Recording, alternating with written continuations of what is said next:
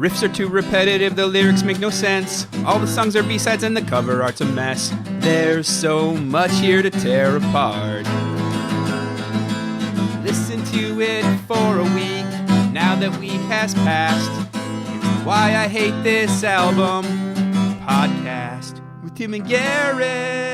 Hello and welcome to another episode of Why I Hate This Album, the show where we pick a song or album, listen to it for an entire week straight, and then come back here and tell you, the listener, if we hate it and why. I am one of your hosts, Garrett Harvey. With me as always, blood sugar to my sex magic co-host extraordinaire, Timothy Richardson. Sex magic, how you doing? I'm pretty good, Garrett. I had to deal with a pretty severe Jumanji-style situation this week. But it was honestly solved by Wednesday afternoon with basically no lasting impact that I can see. A little minor structural damage. Nothing we haven't seen before. Probably not even anything worth mentioning. I feel like you already have, though. And that leads me to ask, Jumanji situation. Yes. Have you Was seen... it just... Yes. Have you seen the film Jumanji? The original, yeah. Yeah, like that.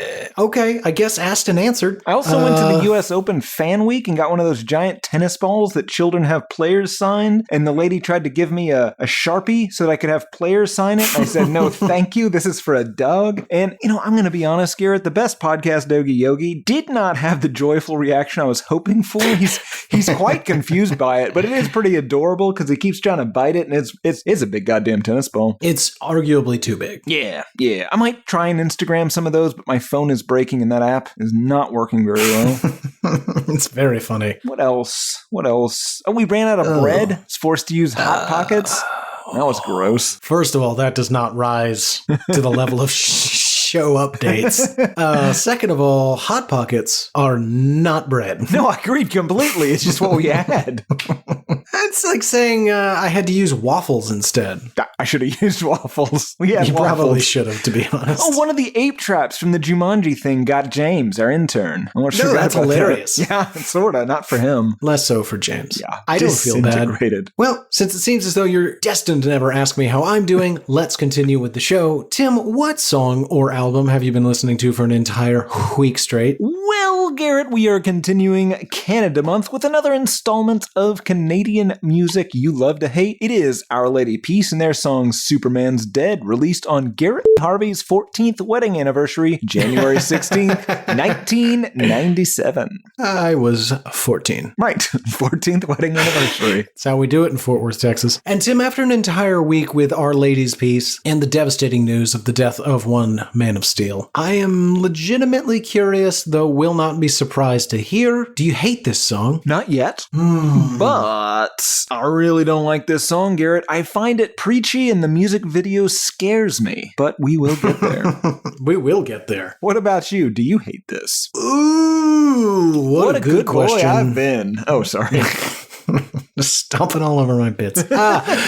Good stuff. Off to a fucking good start. I don't yet. I think I'm closer this week than you are, and certainly closer than I've been in weeks. It is inscrupulous? No, that's not what I mean to say. Super scrupulous. Double scroops. Let's pick a real word. Shitty. Yeah, there it is.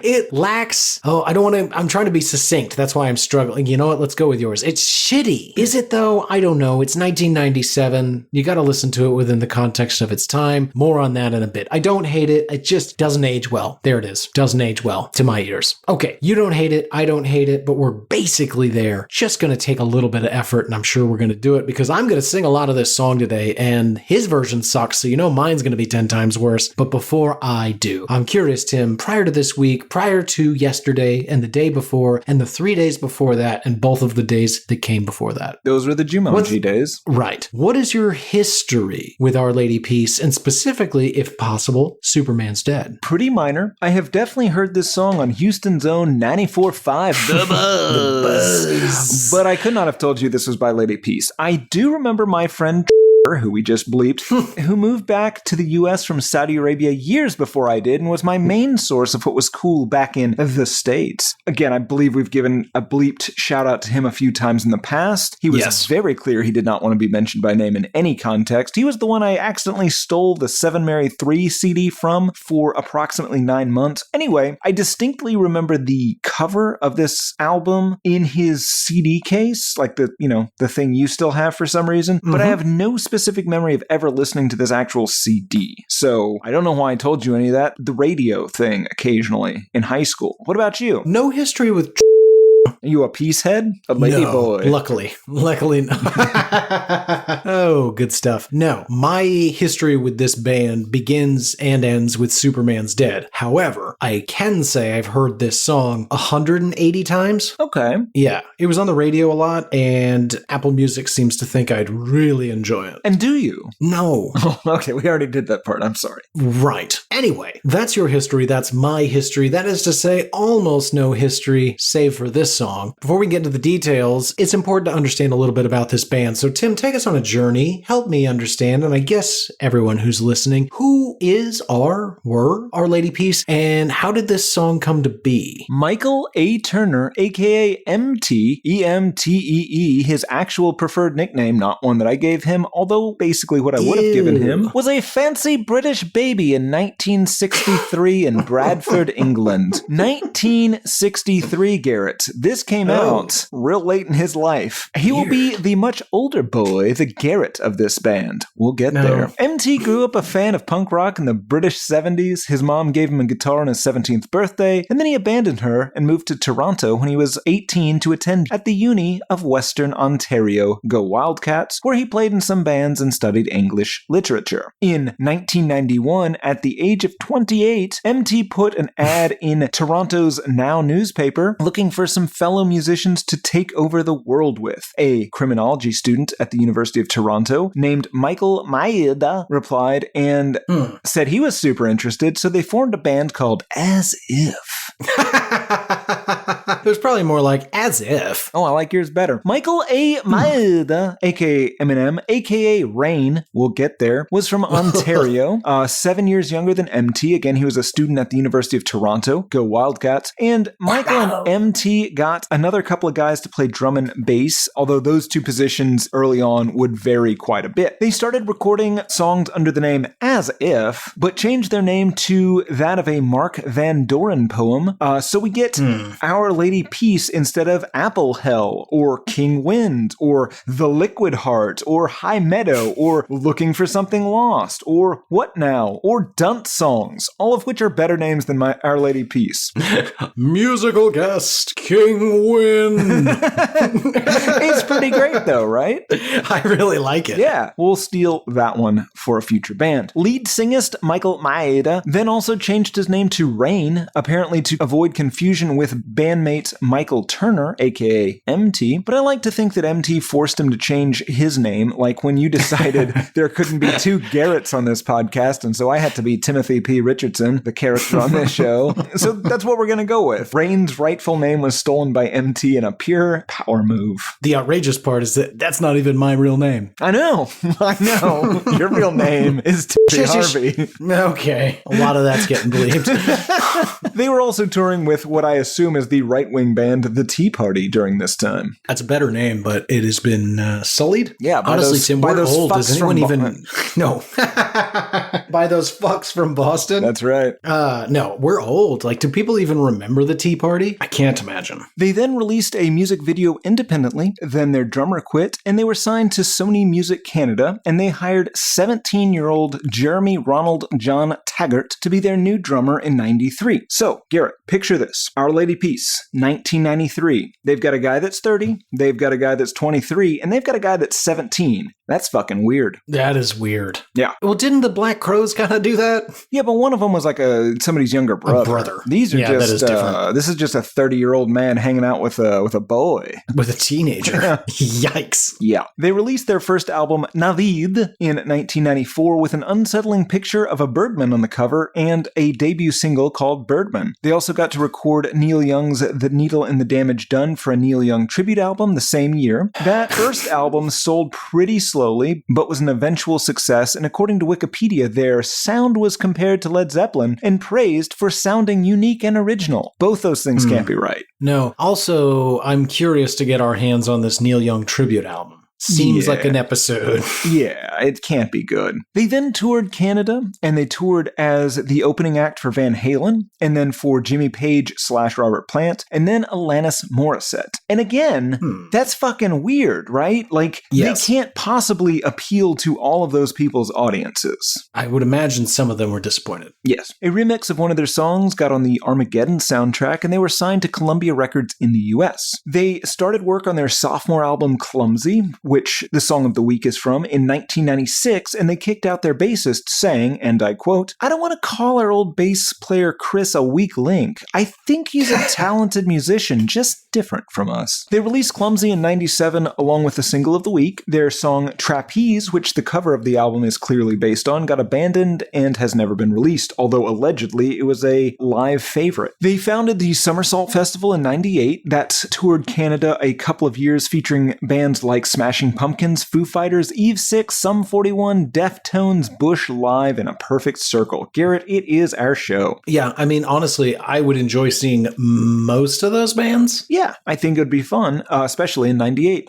Good point. In 99, they released Happiness Is Not a Fish You Can Catch, and then they played the best Woodstock, Woodstock 99, sometimes known as Goodstock. In 2000, Garrett, they released their fourth album, Spiritual Machines, which was a concept album based on The Age of Spiritual Machines by Ray Kurzweil. Are you familiar with Ray Kurzweil, Garrett? He's a futurist, right? Yeah, so he's known for brilliant work on a lot of different technological projects over the past 50 years, but yeah, you're right. Recently, he is a noted futurist with a lot of stuff on AI, including predicting that AI will reach human intelligence by 2029 and will merge with humanity by 2045, saying, and I quote, "Some people find this frightening, but the singularity is going to be beautiful, and I personally cannot wait to become pure light, standing side by side with my fellow man, representing nothing but potential, existing of nothing but energy, feeding the great beast and its many hungry tentacles as Mechanicon reaches into space on our behalf, pure, innocent, and noble. Are we not but ghosts already, existing for a brief second, each a footnote in the history of technology? Let us merge, you and I, egoless, free of corporeal being, and sacrifice to progress, to machine, to exquisite symphony, to singularity. Oh God, it hurts. I don't know what that I, for was. one, offer my body to you, Mechanicon. What did he say, Mechanicon?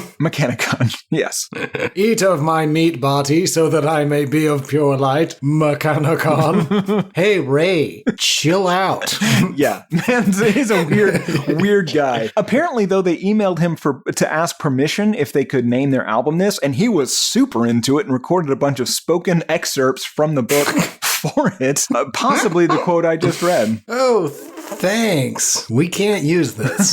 No, they did. Oh, good. Yeah, it's all over it. You might also know him from the 93 book on nutrition, which basically suggested we cut fat consumption down to 10% of total calories. I'm not going to do that. Also on Our Lady Peace's fourth album, Spiritual Machine, Matt Cameron of Pearl Jam and Soundgarden fame played drums after Jeremy Taggart injured his ankle. Cool. In 2001, OLP dropped their longtime producer and started work on their next album with Why I Hate This Album all-star Bob Goddamn Rock. More on him later. Yes, and also more on him on the Metallica Saint Anger / Some Kind of Monster episode. In the first week of writing and recording with Mr. Rock, founding guitarist, the guy that put the ad out to begin with, MT, aka Mike Turner, was fired, possibly for not being very good at guitar, or possibly he quit. But either way, after his departure, Rain said, "The last 2 records we've been yearning for a guitar player that can really stand up and have a strong voice, and Mike Turner just wasn't that kind of guitar player." You know how, like, every band needs a good guitar player? Mike just wasn't that. Yeah, right. They got a guy from Berklee College of Music to replace MT and released their 5th album, Gravity, in 2002. In 2005, they released Healthy and Paranoid Times, their 6th album, and then took a hiatus. For 14 years. No. In 2006, Columbia released a Greatest Hits album, and Rain released his first solo album in 2007. Also in 2007, they decided to never, ever, ever play play again the song Whatever, since it had been used as professional wrestler Chris Benoit's WWE theme song since 2002. There was some unpleasantness in 2007. Look it up. Type in Chris Benoit 2007. In 2009, they released Burn Burn and then toured in 2010, playing mostly Clumsy and Spiritual Machines in their entirety. In 2012, they released the album Curve and also some music for Occupy Wall Street. Remember that? In 2014, drummist Jeremy Taggart quit. They got a new drummer and they released Somethingness in 2 parts in 2017 and 2018. Garrett, in 2021, they released Spiritual Machines 2 with more spoken word from Mr. Kurzweil. And also one of the songs featured kicked out guitarist MT as a featured artist. Also, MT and Kurzweil were included in the tour in hologram form.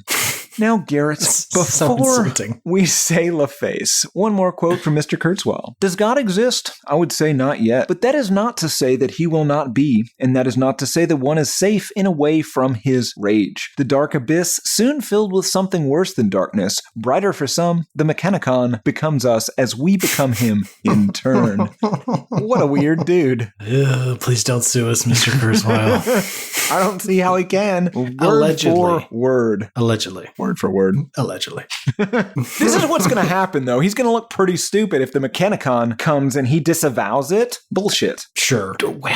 I wonder where the Mechanicon emerges from. Because, like, your Cthulhu, that's the sea every time. But it would seem like Mechanicon would have to come out of, like, South Korea. I assume swarm of nanobots. Oh, the classic nano swarm, like a Big Hero 6. Yeah. But also as they swarm across the landscape like locusts, they skeletonize people. I don't think locusts actually do that. Piranhas, but flying.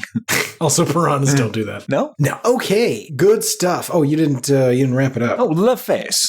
And a Mechanicon to you. Alrighty, Tim. Before we go another step, let's get everybody caught up. Let's play a quick clip, remind everybody why we're here. Ladies and gentlemen, our lady piece, Superman's Dead.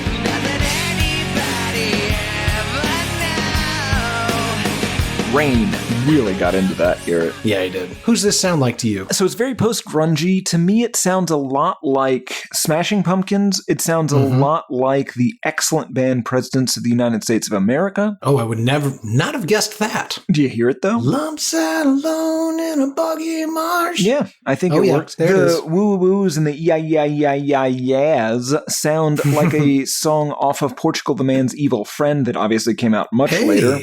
That's a good one. Yeah. I don't know. What do you think it sounds like? I had a lot of crossover there. Let me add to that live. Yes. And a little something I call Shitty Oasis or Blowasis. More on them later. And part of that is that the opening of this song is eerily similar to Wonderwall. Yeah, the acoustic intro, yeah. And then the end of the song when he's singing sounds very similar to another one of their songs, but we will get there. So that puts it firmly in the post-grunge era, borderline Goo Goo Dolls, right? Like they're just a little edgier. Yeah. I mean, I think that's not where you want to be. That whole alt-rock, like late 90s, post-grunge, the thing that would eventually spawn your Creeds and Nickelbacks, I think, come from the same tradition. They sit like it's almost like Our Lady Peace might be shunned by Matchbox 20, but also shunned by Bush. They like have to sit on their own picnic table at the festival. Yeah, but they toured with so many people. That's true. Everybody seems to love them. Yeah. Very strange. Yeah, the lead singer sounding like Billy Corgan stood out to me more than I'd ever noticed before. Yeah. And we'll get into him a lot more in the video because Jesus Christ. Yeah, I try not to be rude about people's physical appearances, but he made it hard. Yeah. Let's see here. What else needs to be said? I mean, we kind of set the table. We gave you some sounds likes. Yeah, let's talk about, did you look up what this is supposed to be about? Yeah, and it's rare this happens. I'm not even sure I understood the full breadth of what it's supposed to be about based on what they said. Yeah, so it's very weird. They said it's a dark statement on how much television kids watch and the content of it. It looks at the dark expectations that are garnered from media images. Rain said, I grew up with the old Superman, the black and white one, because again, very old. There was something so honest about it, and it's evolved into Beavis and Butthead. the images are defined by television, how kids should think or what they should wear. It's kind of sad in that. So to me, it sounds like the television version of your Tipper Gores. It's a bunch of shitty moms in Canada in the 90s bitching about like how the kids these days don't have anything wholesome on TV. That goddamn MTV. But they're, it's a band. When I was a boy, we watched Andy Griffith. There were lessons. Yeah, I mean, that's fair. They did, especially MT. Sure, but it's 1997. We're watching Batman the Animated Series, so you guys can eat a dick. What's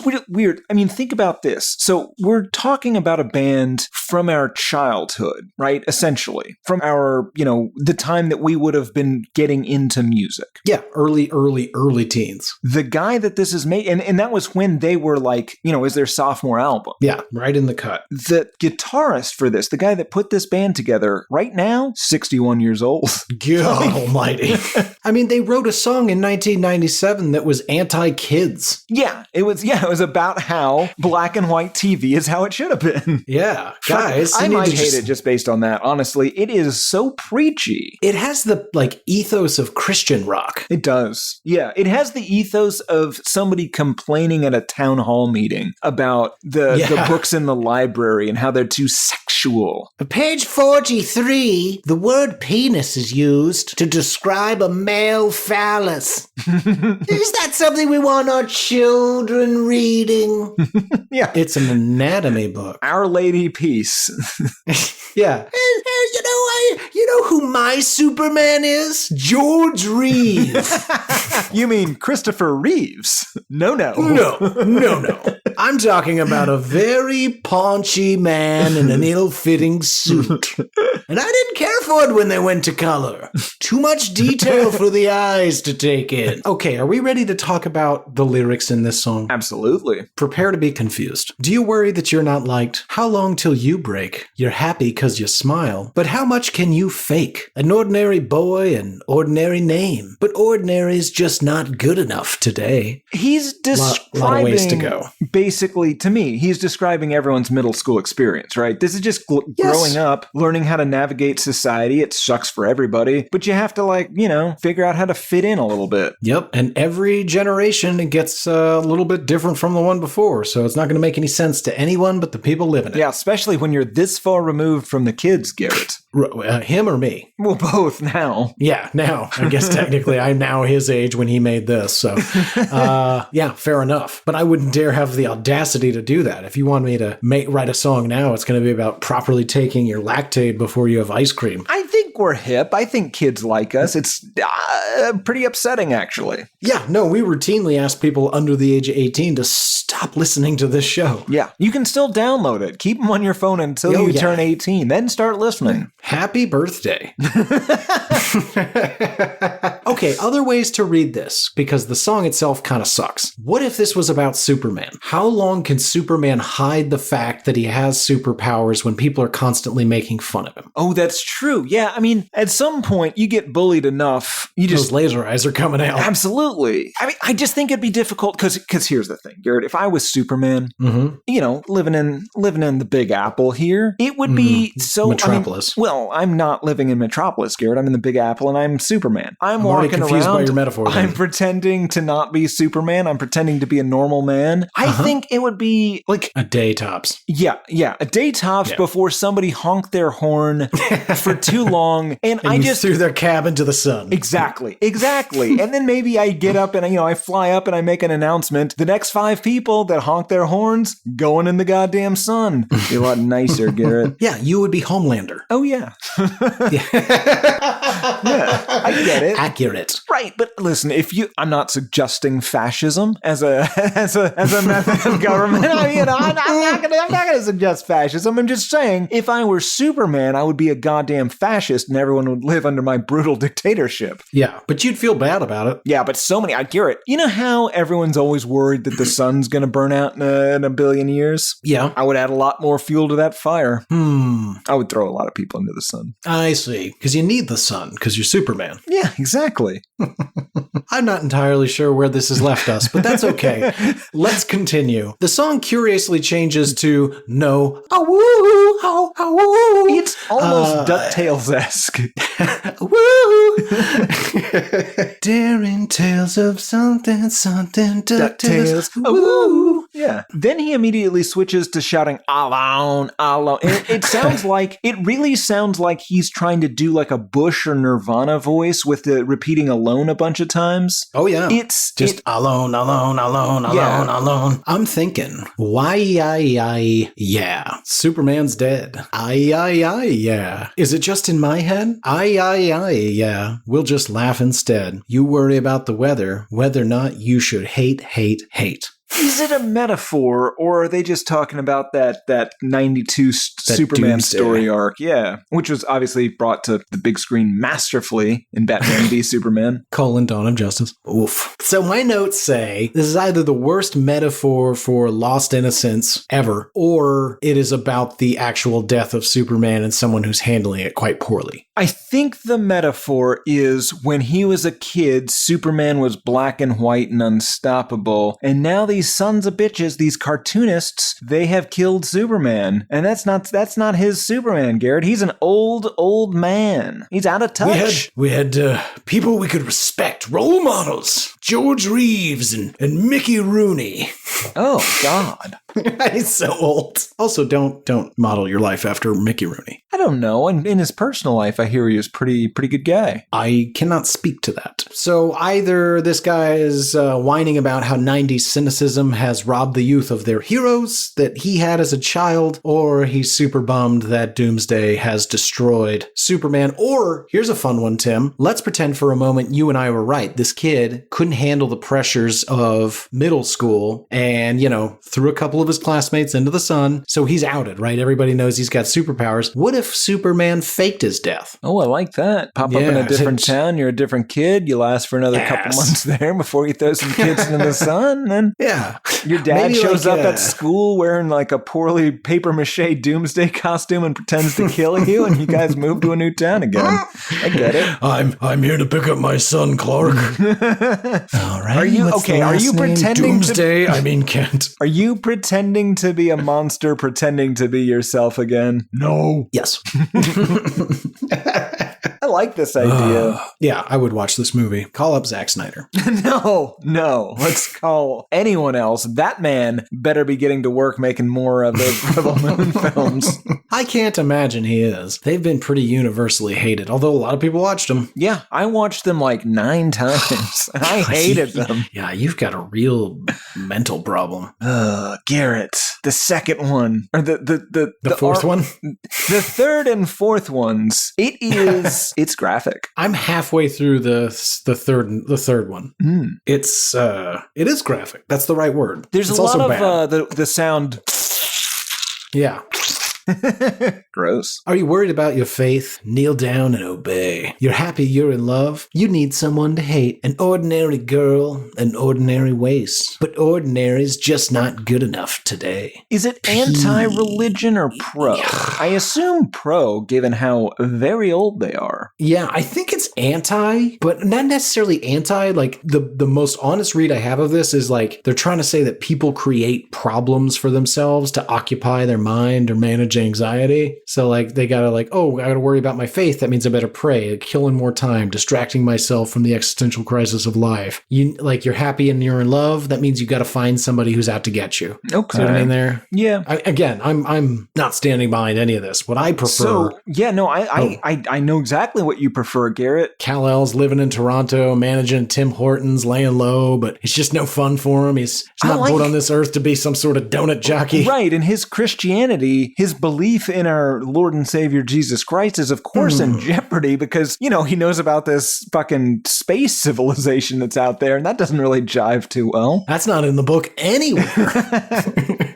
Let's see. Then we get alone 7 more times in the chorus again, and then a pre-bridge. What's a pre-bridge? No. A woo!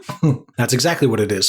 Several times in a row, and then we get why, yeah, 4 times in a row, which is great. And that brings us to the last verse of the song, where, to my mind, he really starts to sound a lot like a shitty Oasis with the following. Doesn't anybody ever know? Yeah, he does. Specifically the way you're singing it, but also the way he's singing it. Yeah, I mean, it's me doing him doing Oasis, so one of us is accurate. Right, you're just like some sort of Pa Kent dressed up as Doomsday, dressed up as Pa Kent. But to be clear, the Pa Kent in my mind right now is Kevin Costner. Oh, absolutely, of course it is. He is Pa Kent. He's just got foil on his head and on his shoulders. I'm a Doomsday. Right, and it's a lot of foil, but then he's got a second.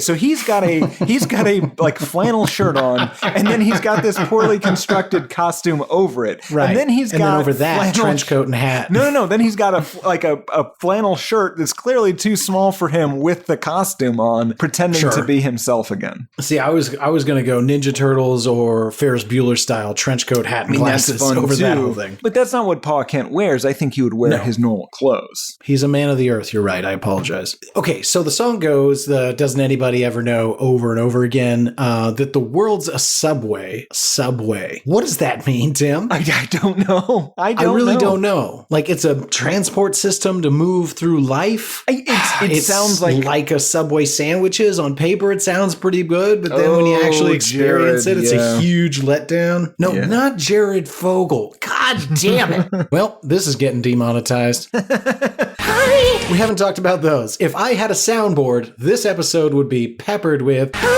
because he does that a lot in this song. You do have a soundboard, and if you're listening to this right now, if those aren't in this episode, it's Garrett's laziness. Correct. It's honestly like he's just trying to come up with the ultimate 90s rock song, right? It doesn't really make sense. It references popular culture. He's pulling in Britpop, post-grunge, actual grunge, Smashing Pumpkins, whatever the fuck genre that is. Whatever Matchbox 20 is. Yeah, it really seems like it's the exact average of all 90s music. Plus, well, he grew up on the hits like Frankie Valli and the Big Bopper. So you got to imagine his cultural influences are wildly different from us. By the time Nirvana was on the scene, Tim, he was in his late 20s. He was already... Yeah, I mean, right, because in my late 20s, I had stopped really... to an extent, I'd stopped consuming music and like actively seeking out new things to a large degree. Yes, it was probably cut in half by 30. Yeah. And by 35, dead. Yeah, by 35, I'm actively jettisoning things I used to like. It's weird. Okay, let's see. Then he says, the world's a subway and several more times, more than I could even count, and the song ends. That brings us to the music videos. Videos? There are 3. Oh. Oh, did you watch 3? Yes, I did. Yeah, I assume you didn't. Well, I watched one that was said the Canadian version. Okay, that's fine. That's the most common one, and I assumed that's all you had watched, because your nickname is Timothy the Bare Minimum Richardson. Also, ironically, Timothy One Vid Richardson, but that's a different I didn't thing. want to confuse it. Yeah, it's very, very confusing to the people that aren't ITK or in the know, as you like to say. Yeah. But yeah, Timothy the Bare Minimum Richardson, which honestly, like when I say it out loud, it's actually a really funny nickname. Yeah, absolutely. I mean, I tried to shorten it to The Bear and got 0 takers on that. Did not fly at all. The BM took off pretty hard though. Didn't like that. Yeah, you were pretty sore about it. Nothing worse than a sore BM. Yeah, I tried to change that then to The Batman. Again, very few takers. Yeah, we just went straight to the bowel movement. All right, Tim. Well, let's first talk about the most common one, the one you and I have both seen, and then I'll give you the salient points from the other 2 that nobody's seen, because I did have to hunt. They made it tough. All right. Let's begin here. The Canadian version is ostensibly a little boy trapped in a room filled with nostalgic toys being put through several tests that I could not fully discern. Yeah, it's a lot of saran wrap. Yeah, I thought it was meant to be... God, it was saran wrap, wasn't it? I thought it was meant to be like spider webs, but you're right. When he unwraps that baseball, it's just straight up plastic wrap. Yeah, and he's trying to like eat food and chew through saran wrap. It's very strange. The other thing though we should mention at the beginning of this, you get all those like very 90s visual effects to make it look grungy and shit, and everything's that green color of of Fight Club. Matrix green? Yeah. It's this attempt to do the perfect 90s video made by people who were much too old for that. Yeah. I think that the intent of it, and I could be dead wrong, my honest read was it was supposed to be like a series of tests to see if a modern 90s boy could really cut loose like a child of the classic Americana. Yeah, that makes sense. The kid is apparently in some sort of famous Canadian band, or maybe not famous. I don't know. Didn't bother to write that down. But a Canadian band he is a part of. So, which means I think he was like high school when he did this, and he looks like he's 11. Yeah, like Garrett. Which is weird. Yeah, when I was in high school, I looked like I was 11. Until you didn't. And then I looked like a 40-year-old. Because you were. Right. So we've got this kid. He's going through a series of quote unquote tests in this room, jumping rope, playing with a baseball. We'll get into more details maybe. Doesn't really matter. What I want to talk about, what we all need to talk about, Tim, is that they do the classic music video move where that's one set of scenes and then the other set of scenes is cutting back to the band performing the song. And we needn't really discuss the band. We really just need to talk about one man and one man only, the lead singer. I don't want to steal your thunder. How would you describe him? It's difficult, Garrett. Yeah, so he looks like he's auditioning to play the Joker, but unlike Heath Ledger, instead of using like a Tom Waits as a model, he used Art Garfunkel somehow. I mean, he definitely has the unearned confidence of a serial killer, but this is what I think he really looks like. You know when you're extremely drunk in public and you're just trying to like keep it together, maintain, you're trying to... I see. Nobody can know that you're drunk, but like it's very obvious to everyone that you're extremely drunk. You think you're doing a good job, you're definitely not. Okay, here's what happened. Okay. Rain, centuries ago, was bitten by a werewolf. While they're filming this video, it just happens to be a full moon, and he's trying to maintain and hold back the transformation. It's like he's trying to hold in a sneeze, but if he sneezes, he's going to become a wolf man. That's a great description. It's like forcing its way out of his stupid face. He looks insane, Garrett. Yeah, he's terrifying. He's terrifying. I hope that's what he was going for. I know it wasn't. He's sexy is what he was going for. Here's what my notes say. Cut to the band and this lead singer is terrifying. What is going on with his giant mouth? My God, he has Tony Robbins' mouth.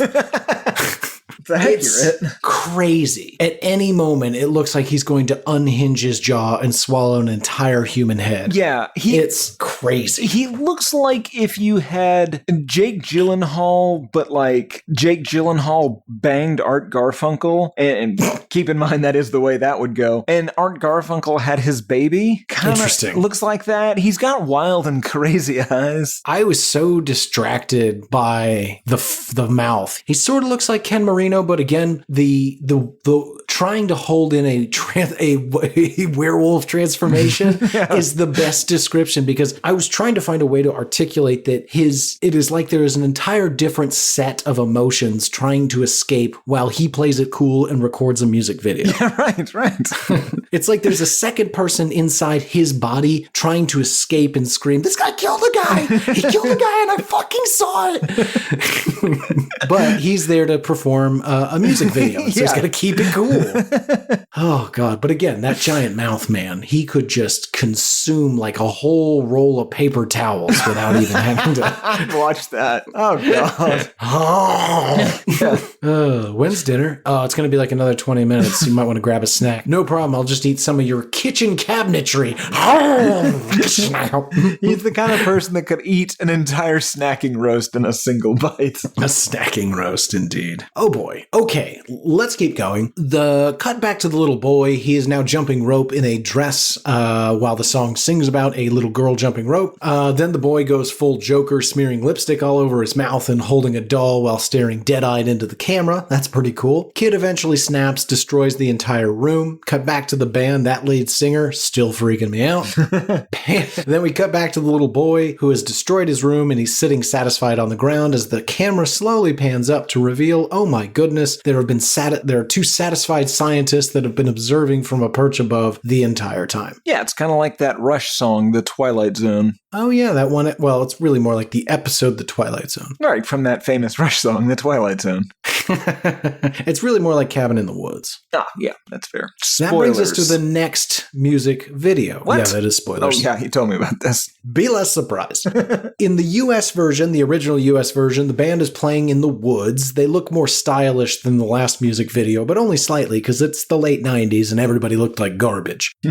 This time around, there are ghouls and freaks and Renaissance clowns running around in the woods around the performing stage. Now, let me ask this question. Given that there are freaks, ghouls, and Renaissance clowns, is Rain still the most terrifying individual present? No, because one, there's the Renaissance clowns, terrifying. But two, they are strategically cutting around him much more. And so he doesn't look cool, but somebody figured it out and was like, oh, I can make this better. You still get it. Like, don't get me wrong. You still see it from time to time, but it is night and day different from the one you and I watched. Smart. Yeah. In this weird music video that like nobody's seen because it was really hard for me to find, there's all these clowns running around and they're fighting each other and setting traps to capture and kill one another. There's like a sad, weird Superman clown and he's pretending to like fight everybody off, but eventually he loses and he's tackled and murdered by some sort of fat man. I don't know. The band plays through all this mayhem. It isn't clear what any of it means at all or what the two have to do with one another. I don't recommend it. Kind of a huge waste of my time. That brings us to the third version, which is the least interesting save for one fact. When you watch this, it's just the band playing on a stage. It is nothing special at all, except the level of production value from the one you and I watched to this one is like the difference between us making something and professionals. They have completely cut around this psychotic man who sings,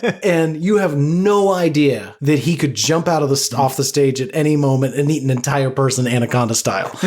But it's amazing. And then the band themselves, like they've gotten style consultants and money, and they just look completely different. Better haircuts. It's really amusing. If you have the time, folks, watch the Canadian one and then watch this US music video. It's on Apple or iTunes. It's not hard to find. But that brings us to how did it do? And I'm very curious, Tim, how did it do? Mediocre. It peaked at number 17 on the Canadian singles chart and number 74 on the US Billboard chart, although it would go on to become the 15th most played song by a Canadian artist on rock radio stations in Canada between 95 and 2016, which sort of feels like when you go to a baseball game and the announcer says this batter has a 300 on-base percentage against left-handed pitchers in the third inning at home when it has rained the night before, and he also got between 7 and 8 hours of sleep. It's meaningless. Unfortunately, this batter got 6 hours last night, so we won't be seeing any of that this evening. Right. The album this came from, Clumsy, sold more than 1 million copies in the US alone. It had more than 1 million copies also in Canada alone, where it is certified diamond because Canada is mostly empty tundra.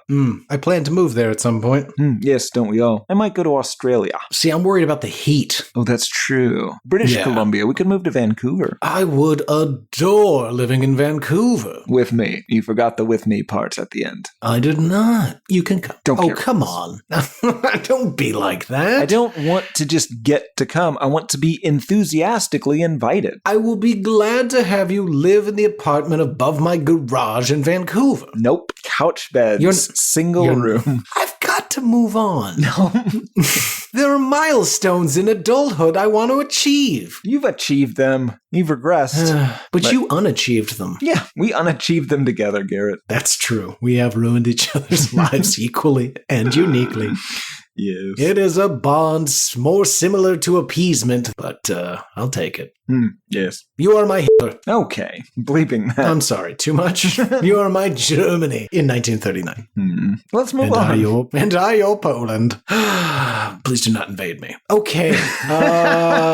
Tim, what did people think of it? Well, there are only 25 ratings on Amazon, 4.7 out of 5 stars on average, 84% 5-star, 0% 1-star. The only Amazon comment I have have is by Miss Kales, and it's called The World's a Subway from 2014. She picked that line. Ever hear something that reflects what you're thinking? Well, that's how I feel about this song. It's from the 90s, but with unemployment sky high, people losing their homes and not able to buy food, I think it applies more now than ever. No matter how hard you try or how good you may be, it's just not good enough. And the song's a big FU, which I love. So there you are, 20-somethings. Open your eyes and see what your life will become. 5 out of 5 stars. What year was that written? 2014. Huh. Obama, if you're wondering. I see. Because, like, people weren't really losing their homes in 2014. It's like historically low mortgage rates. But Obama, you know. Thanks, Obama.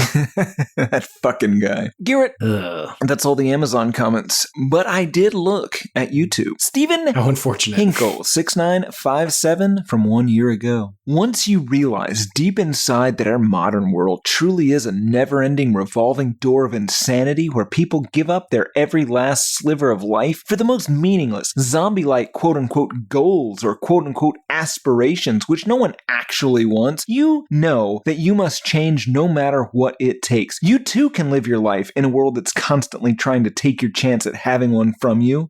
What a weird way to say that. That guy's crazy. That guy is crazy. I mean, Stephen Hinkle already sounds like an assassin's name. Well, there's no middle name. Stephen Travis Hinkle. Oof. I mean, well, what's the classic one, right? Wayne. Yeah. Stephen Wayne Hinkle. That's terrifying, yeah. I find Travis to be more upsetting, mostly because it feels right. Yeah. Travis as a middle name is suspicious. Absolutely. This is by Par40 from 3 years ago, and it is edited to make sure he got this exactly right. Oh no. 1997, son! When this track dropped, I was at Hilton Head Island, South Carolina, getting pickled up on the coast. Great trip, man. Great track. Wow. That guy is awesome. That guy is awesome. We should get him as an intern. No, you know, he might be too good for this intern program. Yeah, but I don't know where that puts him. Not quite at producer and certainly not in that coveted third chair. I don't know. Par, pretty cool guy. Pretty cool guy, but that third chair is reserved for like a very select few. Yeah. Gorley, not Bobby Flay. Just Carcom, to be clear. US 8415 from 1 year ago. I'm a Marvel guy, so as soon as I seen it was called Superman's Dead, I was in. Sure helped that every song on the album was great too. That guy sucks. I want the guy from the last email to beat up that guy. Yeah, he will. Don't worry. J War 2 years ago. We're so incredibly spoiled with amazing music in the 90s that I remembered this song as a second-rate pop grunge clone. After decades of bullshit music, I came back and listened to it again. This song is fucking awesome. The hubris of man. I hope that was comedian Jay Moore.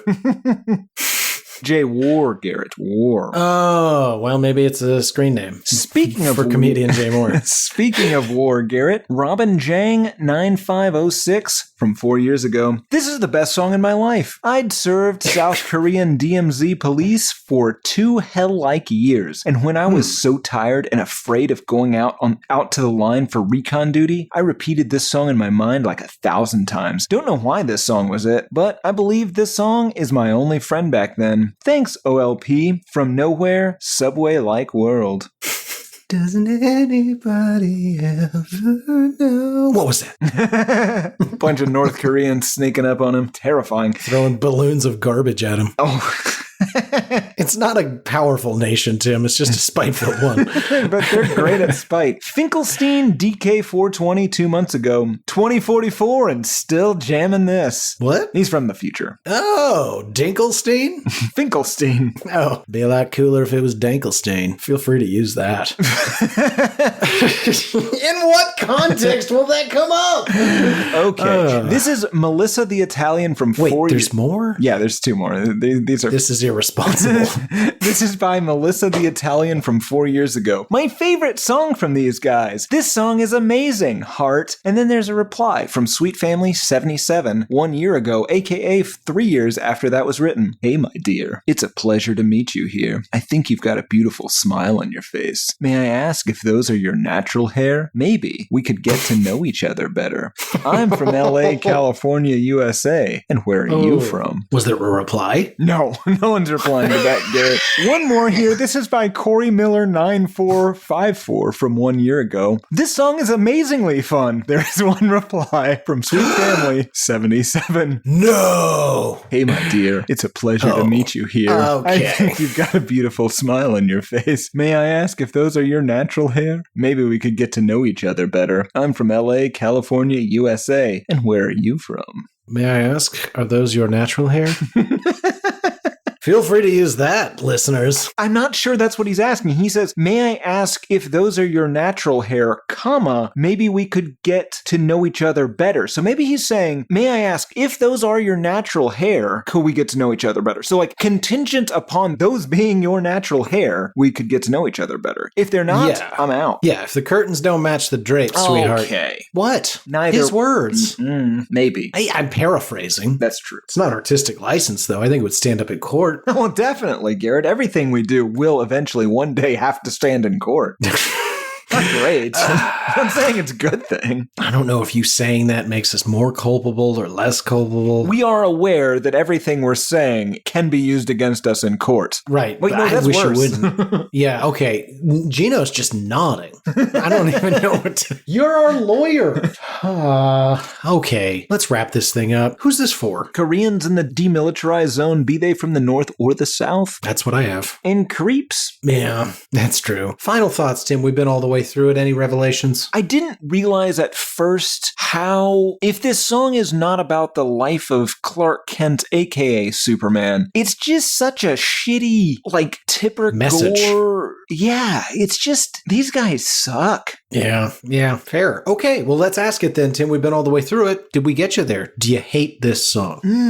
I think the music video saved it for me. I think... Oh, wow. The music video, I'm scared to say I hate it, Garrett. I'm scared that this guy is going to come to my house, our apartment, and consume me. Yeah, Toronto's not that far away. Nope. Yeah. What about you? Did you get there? No. Okay, good. I don't think he's going to consume either of us. Honestly, this is going to come on my fucking phone again, and I'll probably listen to it. Yeah, but that's only because you like to do the away. Yeah. Alone.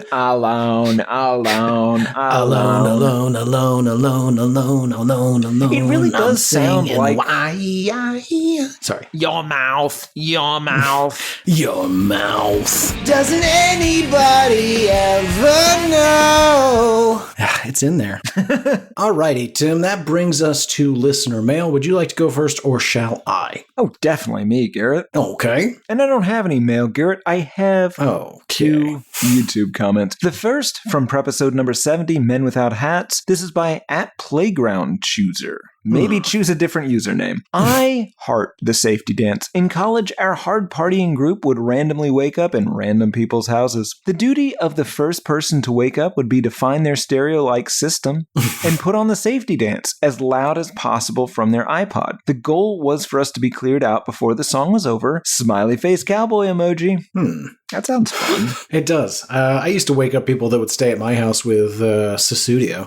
Are you friends with Playground Chooser? I hope not. Yes, me too. The other, Garrett, is by Pepino1556 on the Prepisode episode something. True Crime in the Music Business, Volume 1. Another smug Gen Z item appears unwanted. I wait for the first utterance of the word fuck from these things that pop up. Second and third hand information carelessly culled and presented, I don't need. Now, I don't bring this forth just to remind you that there are some people that don't like your goddamn solo cast. I mention it because one of the complaints is that it was second and third hand information. He's mad that you weren't one of the murderers or the murderees. What does that mean? Of course it was. Of course it was second. It wasn't second or third hand information. It was probably fourth or fifth, and that's a good thing, you stupid jackass. Do I not know how research works?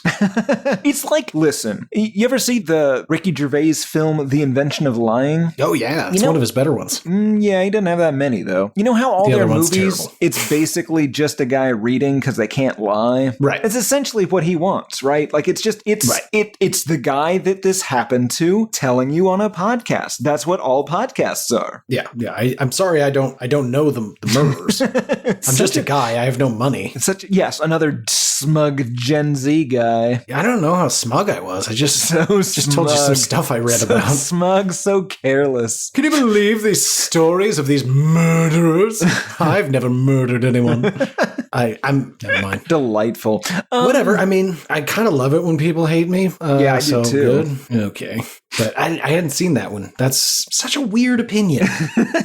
Yes. Anyway, do you have any YouTube comments? No, I have mail because it's called Listener Mail. Is the name. I have mail this week. I've it's got from mail a guy too. named... Would you like me to read it? No, you've wasted just enough time. My email this week is from a guy named Andy. I don't think it's the Andy we know. I'm gonna picture the Andy that we know. One of the two. Okay. Andy writes, "Hello, Garvey Pig and Piss Boy." Great It's start. the Andy we know.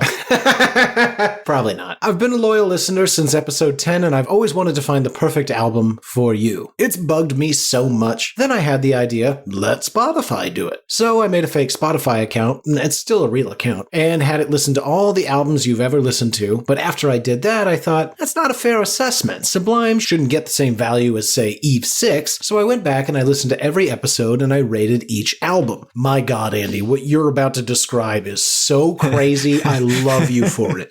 Andy, you're the number one listener right now. For It the won't last time. long. Yeah, for the time being. Yeah, until somebody beats you by doing something even greater. So here's what Andy did. I used a rating scale of 1 to 7, similar to the Kinsey scale, hilarious, and I assigned 1 point just for being on the podcast. Now, if it's 1 point just for being on the podcast, doesn't that throw off the entire system because everybody gets a point? Couldn't you just remove that criteria? Well, no, because even if somebody, if we loved it or something like that, it should still have a point. Well, no, he for said us I assigned 1 point just for being on the podcast. Right, but that means that maybe there's no other points coming if there's a whole system, but you want it to be at least included. I think that's smart. Oh, I see what you mean. That is good use of statistics. I wouldn't have thought to do that. You're right. Okay. Also, maybe he wanted to quote the now infamous line from the show, Tim, you're sort of a Kinsey 7, but I might have said Kinsey 11. Anyway, so let me continue. I assigned 1 point for just being on the podcast, 1 point for each of you that hated it at the beginning, 1 point for each of you that hated it at the end, and finally, a point for adding it to each of your year-end lists. Parentheses. At this time, I should point out that you never did a 2023 year-end review. Right, we did something else, guys. Anyway, then I had the Spotify account listen to each of those albums 1 time for each point. And so here's what Spotify thinks you should listen to based on your listening habits. Our Lady Peace, fantastic. Happiness is not a fish you can catch. Maybe we will. Stone Sour, Stone Sour. Shine Down, Leave a Whisper. We should do Shine Down. Tonic, Lemon Parade, no idea what that is. And Luke Bryan, Crash My Party. I hope this helps. Your loyal sucker, Andy the Safety Daddy. It might be the Andy we know. Yeah, we should definitely write those albums down on these balls and put them in the hopper. I'm sure we'll remember them. Okay. Fuck off, Andy. We're not doing any of them. He continues, P.S. A little data analysis for you. At the top, Garrett hate is 31.79% of the time, whilst Tim hate is 47.4%. Ooh, I am much more hateful. Yes, but by the end, Garrett hates 65.9% and Tim hates 74.57%. Ooh, I maintain my lead. You maintain the lead, but I, as a percentage, come to hate more. That's true. Yes. Now, the most romantic fact is that of the 50... Oh, Andy, you're funny. Now, the most romantic fact is that of the 59 episodes you start, not there, 67.27% of the time, you guys get each other there together. Also, sorry for the long email, but in the Gwen Stefani episode, Tim asked who calls his penis the medicine. Calling your penis the medicine is... He continues, calling your penis the medicine is pretty gross, right? And in the Jeremy Renner episode, Tim asks, first question, what's his medicine? The medicine. The medicine! Yeah, okay, that makes sense. Yeah, I mean, we knew it was his penis. Yeah. Here's a tip for our younger listeners. It's always penis. Yeah, here's another tip. Don't get run over by an industrial-grade snowplow. Or if you do, make sure it gets you a little bit better than that. Jesus Christ.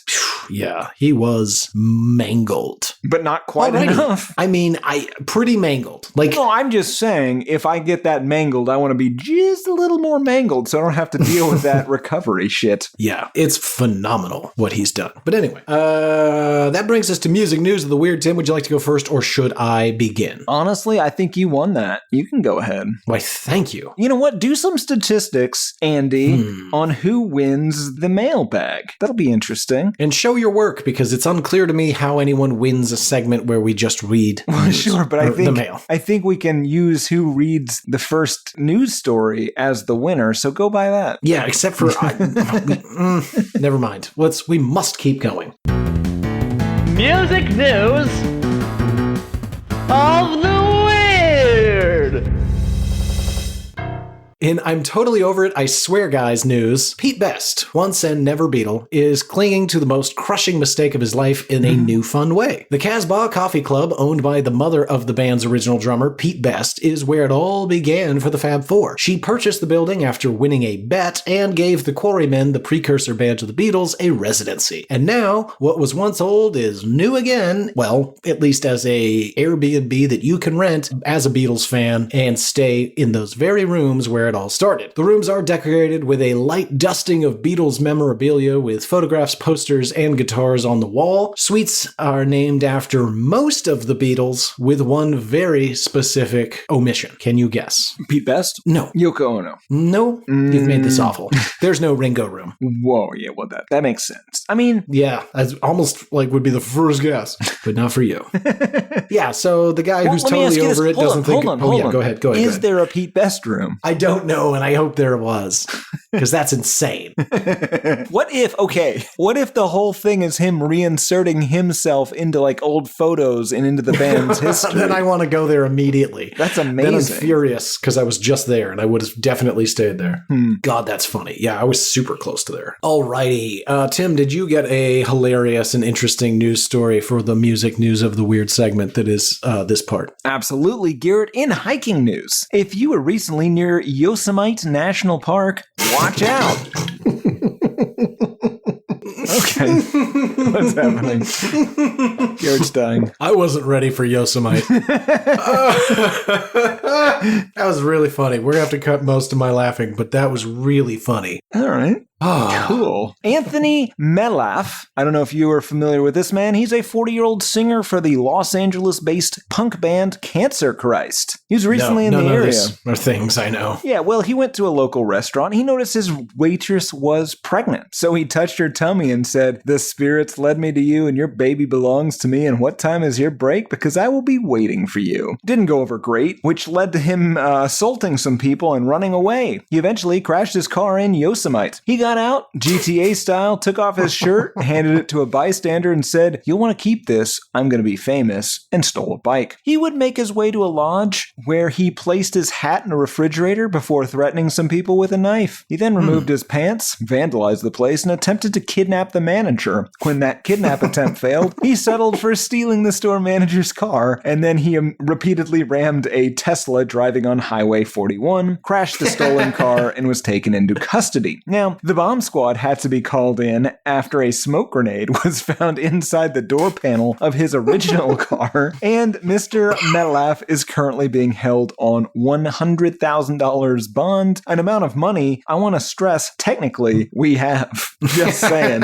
Now, here's the weirdest part of this entire story, Garrett. In a press conference regarding this incident, the Merced County Sheriff said, and I quote, "This is just a glimpse of what we encounter at any given time." To which I say, no the fuck it isn't. It better not be. What are you talking about? That is a unique, very unique story. Yeah, that better be an atypical day.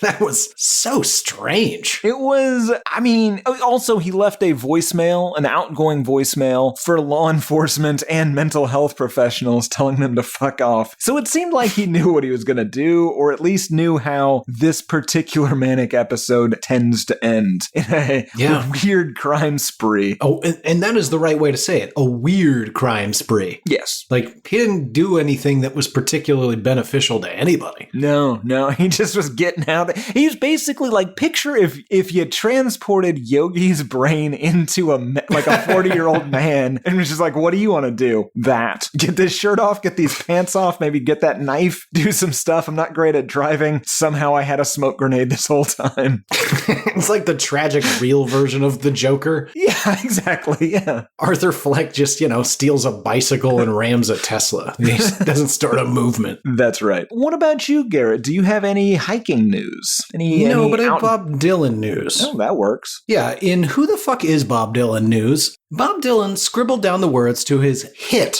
1962 song, Blowin' in the Wind, in a hotel room in 2011 while sitting down and talking with a collector. He even signed the paper so that everyone would know that he actually had written it. And the story about how this happened is very strange. Apparently, Bob was sitting in this hotel room talking to what I presume is a very rich person who is a collector of Bob Dylan memorabilia, which is weird. Like I guess it's kind of like living with you. You seem to collect various bits and baubles from my life. And sure, but if you're Bob Dylan, that's the last person you want to be in a room with. That's what I would have thought. But listen to this story. They must be friends because while sitting in the hotel room, Dylan puts pen to paper, writes out the entire song, signs it, and then just gets up and leaves. Maybe it was just a as a test. gift. Maybe. But it was a gift. And now that man is taking that generous gift by that reclusive weirdo and selling it for a cool $85,000. I think he's failing that test. Yeah, he is failing that test. I feel like on the day that thing goes to auction, you're just gonna, the lights are gonna go out and you're gonna hear over a microphone, "You were never supposed to get rid of it. Now I've come for your soul. I am the tambourine man." I love your Bob. We should make a movie where it's like a It Follows or maybe a Babadook, but it's just Bob Dylan. Bob Dyladuke? Yeah, there you go. I like the It Follows. Just you ever seen It Follows? Oh yeah, it's terrifying. I've got that, but it's Bob Dylan. What do you mean? And in about 11 to 14 him. minutes, Bob Dylan's going to show up in this bar and I'm going to have to leave. I do not believe you. Just wait. I told you I'd find you. Now try not to run, you son of a bitch. You're like a rolling stone. And now, folks, if you're wondering, why does Garrett sound like he has a sack of gravel in his larynx? That's because that's what Bob Dylan has. Larynx. He does not sound good. It's pronounced larynx. Oh, doesn't matter. You are a chore. Okay, Tim, what other news do you have about being chased by a classic rock legend? In tragedy news, Garrett, one of our favorites, Sid Wilson, a.k.a. the number 0 of Slipknot, a.k.a. the turntablist of Slipknot, a.k.a. DJ Starscream, obviously named after the Transformers, has been very badly singed. Apparently, he and his partner, Kelly Osbourne, yes, that Kelly Osbourne, own a farm together, and there was an accident. In a video from a hospital bed, the very concept of Zero said, "Hey everybody, I had an explosion in my face. I'm singed everywhere. My eyebrows are singed, my mouth is blistered, my arms are pretty bad, both my arms. I'm gonna be alright, you guys. I don't care what it takes, I'm gonna see you on tour." So it seems like he's fine, and that's good, of course. However, Kelly Osbourne, yes, that Kelly Osbourne, has a slightly different take, saying, "This is why you don't fuck around with burn piles. He literally set himself on fire and exploded everything." Sounds slightly more serious. The band, though, seems to be taking his side. They don't seem concerned. They said he's recovering with his family and will join us on stage at Rocklahoma next weekend. He thanks everyone for their well wishes and we'll see you soon. I'm not sure. I don't know that he's going to make Rocklahoma the next weekend. He is pretty burned. He's very badly singed. As a man who has burned himself more times than I could possibly even count, they can be debilitating. Yeah, but think about it, Garrett. You and I, for this show, we've both been quite badly singed, and it sucks. But I think if the band Slipknot says you'll be fine by next weekend, I'm sure you're going to be fine by next weekend. Taste the crow. I feel like they've all been singed enough to know. That's true. But don't they have to wear a mask? Oh, that's true. That's Can't true. Be Billy Blister Lips wearing a goddamn sewn mouth list. Singe brow. I'm just thinking Rocklahoma. Maybe no mask. Oh yeah, you just lean into that horrible face falling. wounds. Yeah, there you go. Maybe just maybe we start picking at the dead skin. If he can't wear a mask, here's the thing. They all have to wear the same mask, right? Well, his mask is face burns. I'm just saying, the rest of those guys better burn those faces. I see. They could probably just wear... I don't think they wear matching masks. Listen, Garrett, if one of them can't wear a mask, but his face is burned, I think the rest of them owe it to the concept to burn those faces. That's probably not going to be a popular opinion. I agree. Just to be clear, I agree. I wouldn't expect it. All right. Garrett, what other singeing news do you have? Well, Tim, real feel-good story. A man accused of decapitating his mother, his father, and their dog in Southern California had... I know, it's horrible. Had a strange reaction to being shot. Joseph Girdville. This whole story's insane. Joseph Girdville, arrested on 2 counts of homicide in San Juan Capistrano, allegedly appears in new body cam footage. That's right, folks. You can Google and watch this for realsies. Comes face to face with cops on the street after the murder and gets shot multiple times while running towards police. Later on, cops are standing around the man's body and you can hear him moaning and saying something down below on the ground. After telling them to finish off with a shot to the head, he begins to sing. He sings out a couple of lines from Tina Turner's hit song, What's Love Got to Do With It, crooning, quote, What's love got to do with it? Who needs a heart when a heart needs emotion? This is terrifying. According to the sheriff's department, officers arrived on the scene after receiving a call about a man soaked in blood chasing a maintenance worker around at 7:40 a.m. Good God. I'm very upset. A man accused of decapitating his mom, dad, and their dog in Southern California had a strange reaction to being shot multiple times by police. Are you going to do the whole thing again? It just, every line is insane. Even his name, Joseph Girdville. Yeah. That's not arrested a good name. on 2 counts of homicide in San Juan Capistrano. Is this real? God, every line has like a what? It's good stuff. All right. Do you have anything that's even remotely as good as that? No, definitely not, but I've got more stuff. Well, let's just pile it on. Shit sandwich. Let's see. In hilarious disaster news, Garrett, Oasis is going to do more shows. The Cain and Abel of 90s Brit pop rock, Noel and Liam Gallagher, have decided to risk being in the same room together in a world where guns, knives, and cricket bats exist, which seems dangerous. They'll be performing in the UK and Ireland in 2025, and tickets go on sale at the end of this month, which is the end of this week, which is before this episode airs. They have ended recording sessions in the past by smashing each other's heads with the aforementioned cricket bats. They once fought in Barcelona in a bar after one of them questioned the legitimacy of the other's daughter. Liam frequently posts photos of Noel online with just the word potato. When asked why, he replies, because he looks like one. Liam also once said, I'd rather eat my own shit than be in a band with him again. He's a miserable little fuck, if you know what I mean. But if the fans want it, though, I'd do it. Noel, for his part, has addressed Liam saying, I liked my mom until she gave birth to Liam. I don't listen to the albums because I can't stand his voice, but I hear it on the radio. I think it's unsophisticated music for unsophisticated people, made by an unsophisticated man who's giving unsophisticated orders to a load of songwriters who think they're doing the Oasis thing. He also said he's the angriest man you'll ever meet. He's like a man with a fork in a world full of soup, to which Liam, 10 years later, posted an Instagram video of him eating a bowl of soup with a fork to spite Noel and soup as a concept. I both don't think he got it, and I don't think he won the argument. What did he say? I can eat soup with a fork? I'll fucking show him. Yeah, these guys, one of them is going to die in 2025 is my point. And I really don't know who it is because, and this is true, Liam Gallagher is a dickhead. So is Noel. I will not fault Noel for murdering him. Yeah. Like Liam's if I remember correctly, it's been a while, but when I did my now classic solo cast on their relationship, like one of them is very much in the wrong, and I'm pretty sure it's Liam. Isn't he the one that got drunk and then sat in the audience and mocked them during their recording of their Unplugged album? I think so. I don't know. I don't know which one. I always get their names confused. Yeah, they're you very all know similar. the answer, 4 letters. and I don't care. Yeah. One of them is a piece of shit. And the other one's probably going to kill him. They're both pieces of shit, Garrett. All right.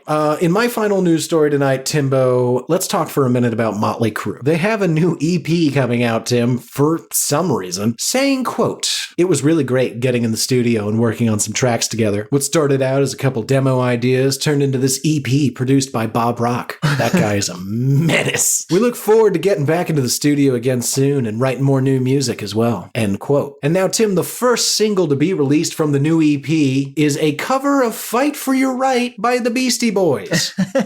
What? It truly is as awful as it sounds. Nobody knows why they've done this to the wonderful legacy of the Beastie Boys, or why Motley Crue thinks anybody wants to hear anything new out of them at all. Feel free to jam out on YouTube, guys, but don't have the pretense to call it like a new album. Yeah. And gross. None of this is wanted. None of this. The Beastie Boys cover is just shit. Yeah, I can't imagine it wouldn't be. Bob Rock, you got a lot to answer for when you get to those pearly gates. He's not going to heaven, Garrett. Bob Rock's firmly going to be in hell.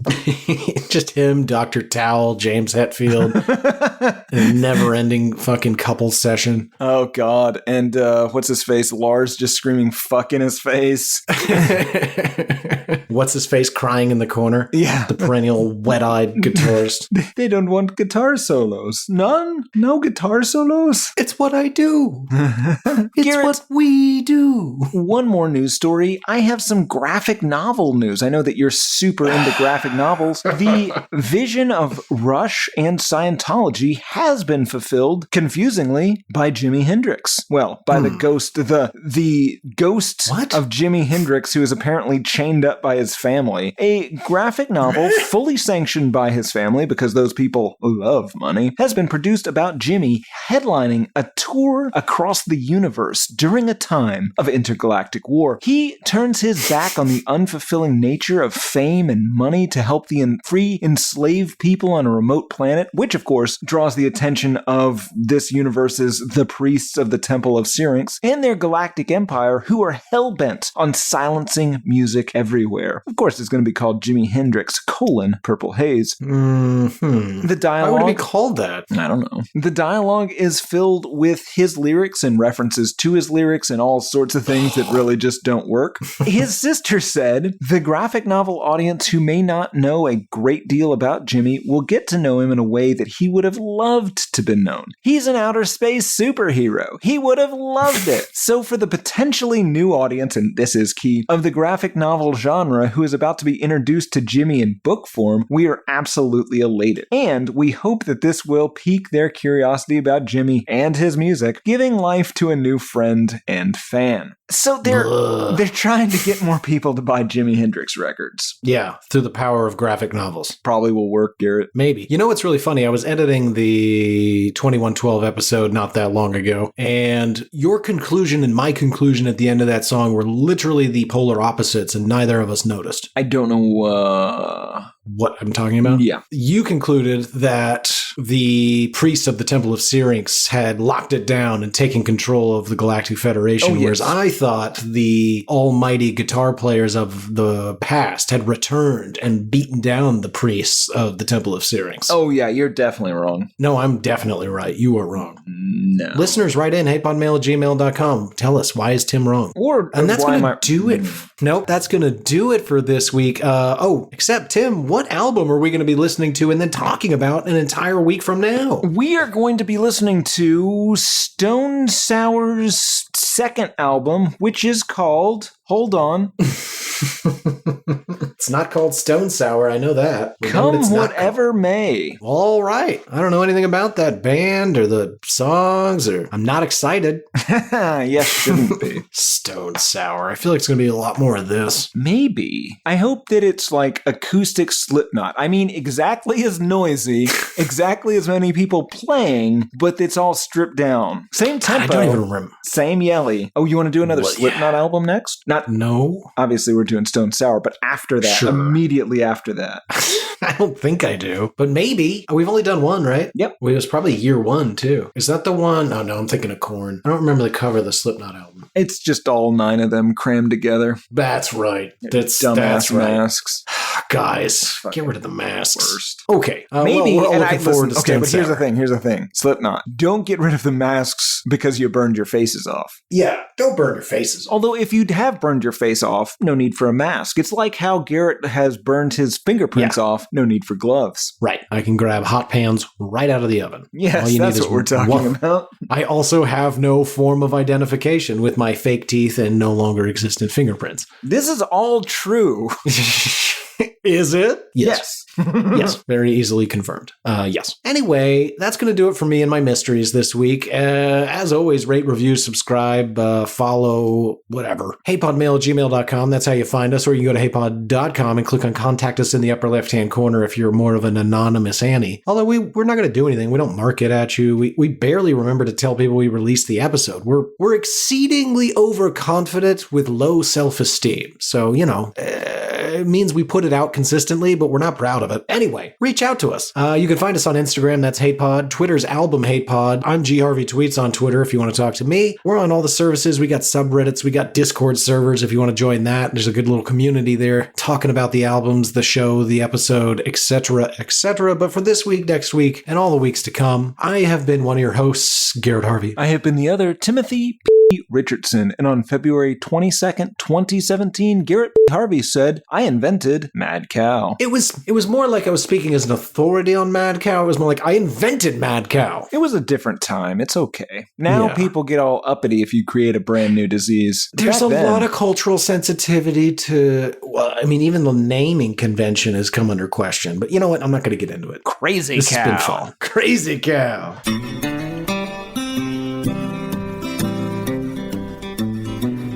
There's cowboys running through my dreams.